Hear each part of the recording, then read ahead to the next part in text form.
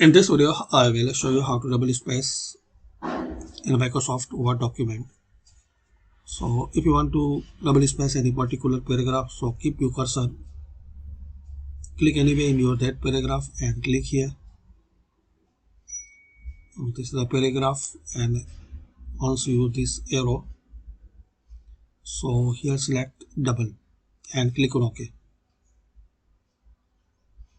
To apply this setting, hold document, Control A, click this paragraph setting and here make double, click on OK.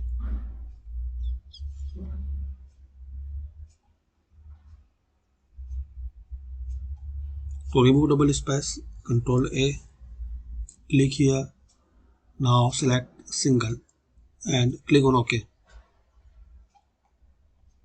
That's it. Thanks for watching.